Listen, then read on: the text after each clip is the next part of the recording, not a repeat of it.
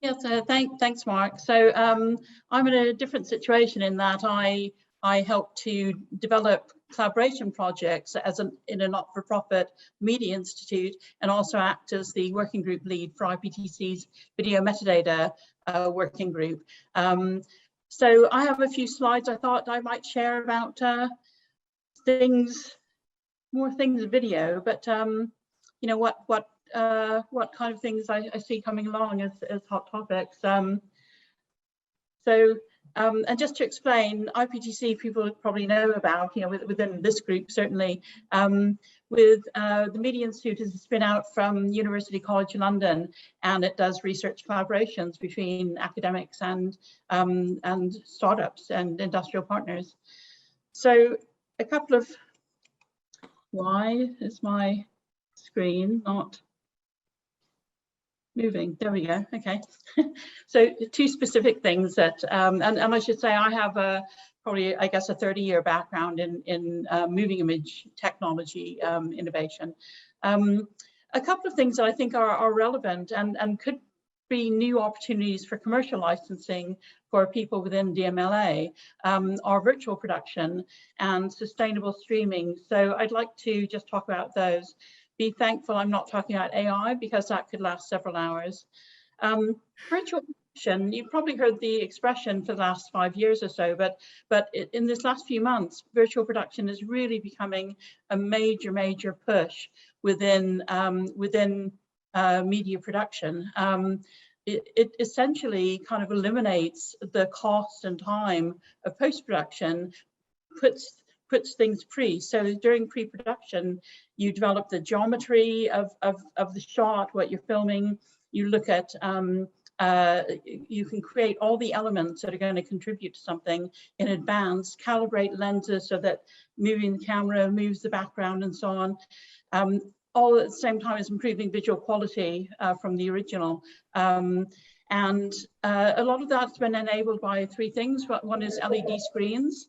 One is effective lens calibration, and ecosystem tool sets like Unreal Engine, for example, from the game space has come in. And so screen grab here, you can see a shot from The Mandalorian being put together.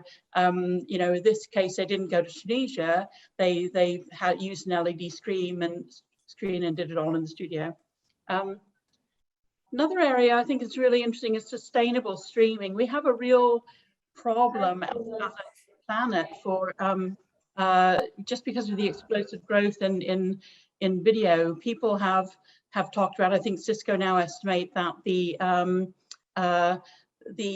amount of the internet that's given over to video streaming is something like 85%.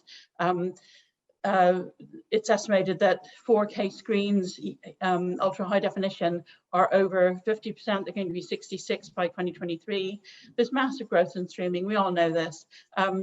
The IT industry already is responsible for 3.5% of global emissions. So this is a problem. And at the same time, we hear about these codec advances, AV1, AV2, VVC, and so on from MPEG, which provide hugely better quality, like massively better quality, but at the cost of massive high complexity.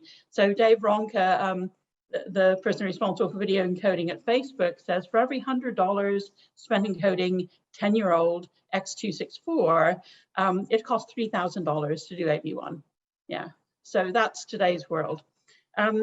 Current R&D is trying to tackle this on a few fronts. And one project I'm involved with is called Sequoia, which looks at perceptual optimization and so on. But one thing you can do is look at the overall shot, a little bit like Sophie's screen earlier, where you kind of you're picking up which bits need encoding at best.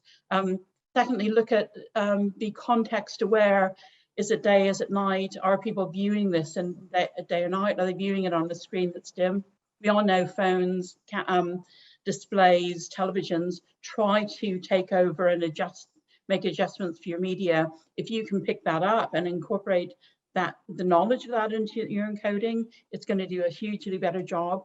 And also AI-based encoding parameter optimization. And there was a recent paper by I think Intel and Netflix and others looking at like what the recipes are so complex to encode good video these days that you really do need AI to do that. So one of the this project Sequoia, which is between iSides, BBC, Queen Mary's University London, is looking at all those things. We've been able to model it out and look at being able to increase, really estimate half the bandwidth and energy savings just through those things. So I'm going to just stop sharing my screen quickly.